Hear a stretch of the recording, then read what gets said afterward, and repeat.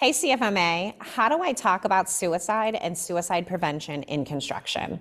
My name is Sonya Bohmann, and I am the Executive Director of the Construction Industry Alliance for Suicide Prevention. And I think that's a great conversational topic because it is really hard to start the conversation around suicide and suicide prevention. And we sometimes worry that we're going to say the wrong thing, so we don't say anything. So a great place to start is to level set the conversation, and by talking about the words that we use and how powerful they are, it is important that we start changing the vernacular around suicide to make it destigmatized. So we've stopped using the word commit. We no longer say that someone committed suicide, and there's a couple of different reasons for that.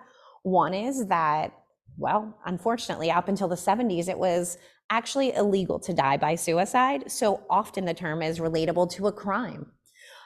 And the other is that there are cultural religious connotations around the word commit that are often related to sin.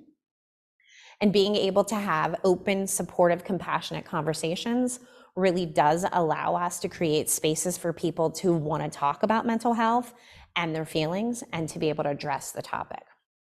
The other thing that we want to talk about when we're talking about suicide is removing the terms successful or failed attempts, because there really is no winning language that associates a suicide. So if we're talking about a successful attempt, that means that someone died by suicide. And if we're talking about a failed attempt, that means that someone tried to die by suicide and is still alive. And we certainly don't want to assign a failure to that terminology. So we want to stop using those terms around the conversation. It's really important that we are not labeling a suicide attempt as a sign of weakness or as being selfish either. We wouldn't talk about regular illnesses or physical illnesses in those ways. So it's really important to not talk about mental illness in those ways as well. The other thing that we should kind of think about when we're talking about suicide is how we talk about the actual act itself.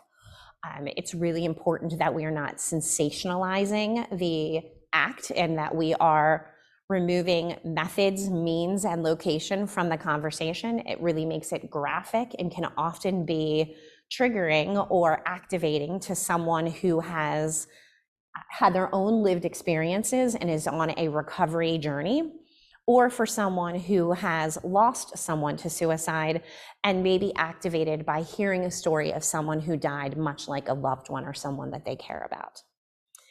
The other thing that you want to think about when talking about suicide is that there's never a wrong opportunity to ask someone if they are okay. So if you feel like your friends are struggling or you yourself are struggling, there are places to go for help. There are ways to reach out and to say, I need some help myself. The first is, if you suspect that someone is struggling, ask them if they're okay. They may, of course, say, oh, I'm fine, everything is okay. So you dig a little bit deeper in that conversation, and it may be that you've noticed a couple of things about either their mood or their behavior or the language that they're using has changed. And so you might associate some of those warning signs into the conversation. For instance, you could say, I noticed that you are talking about hopelessness more often. When someone talks like that, sometimes they're thinking about suicide. Are you thinking about suicide? Now, unlike popular belief, you will not put the thought into someone's head. You will not kind of start them thinking about suicide if they were not already. But what you will do is sort of stop that thought process or that pattern of thinking and potentially give them a chance to step back and realize that there are people that care about them and give them a bit of hope, and hopefully then connect them to the resources that they need. If you yourself are struggling, there are places to go. 988 is a great resource. You will talk to a crisis counselor who will work with you to get a commitment to safety. So just know that there's someone out there that's always available and always listening. And my final thought, CFMA, is that there's something that everyone can do to make a difference and save a life.